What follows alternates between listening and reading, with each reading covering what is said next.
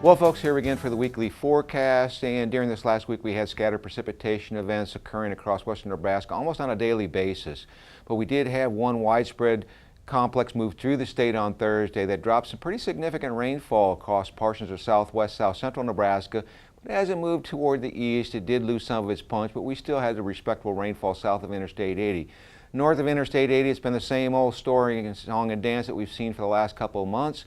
That is as the systems move toward the east, they lose their punch, and we're just not seeing as much precipitation, and hence we've been seeing the drought kind of hang on and in some cases intensify over the northern plains.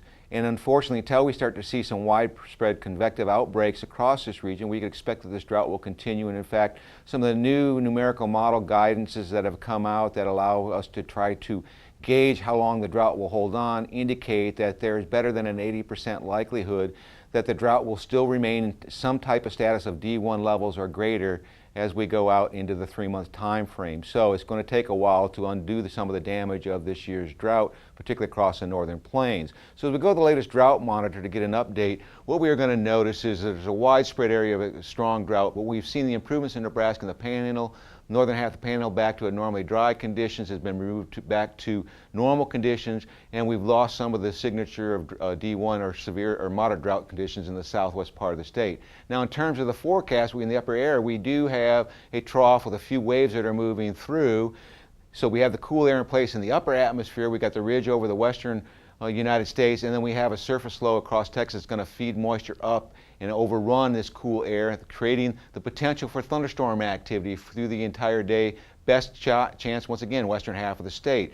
Then we do see this trough kind of relaxing a little bit, but there is another piece of energy expected to move through. We still have the surface low to our south. That is going to bring up moisture, along with the counterclockwise circulation of this high pressure system. It's going to push moisture up into southern Nebraska, do show a little bit over northeast Nebraska, and then we start to see the ridge building in with a little bit warmer temperature starting to move into our region as we get into Monday. We have surface low in the Dakotas and in deep southern Texas. It looks like we're going to get caught between these two areas. Most of the moisture will remain confined to the south of us. That's going to limit the moisture coming into the South Dakota low. So we're looking at a fairly dry day, and then we start to see a trough trying to build in from the Pacific Northwest at the same time as ridging in the southeast. Surface low still holds together in the Texas Panhandle, and we are going to expect to see precipitation outbreaks in the western high plains. Some of this might make it up into southern and southwestern Nebraska. Main precipitation, COC, is to our east. Then we start to see a flattening out of the upper air pattern. Little waves moving across, one moving across the Dakotas as we go through Wednesday may generate some shower activity,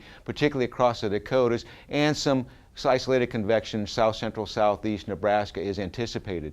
Then we go more zonal on Thursday as warm air starts to build back toward the north, and we see a surface low, thermal low, developing basically in the southwestern portions of Kansas and the Oklahoma Panhandle. That's going to generate thunderstorm activity ahead of that surface low, and that looks like it's going to be moving up more into the central United States than in Nebraska. Another piece of energy moves across on Friday. This may actually generate some good thunderstorm activities. We see a surface low developing in northeastern Nebraska, bringing up that warm moisture, and we do see some convective complexes being depicted by the models to occur on Friday. Now, as we look at the 8 to 14-day forecast, two pockets of below normal temperatures indicated the Pacific Northwest and the Southeast. Normal conditions for the High Plains region.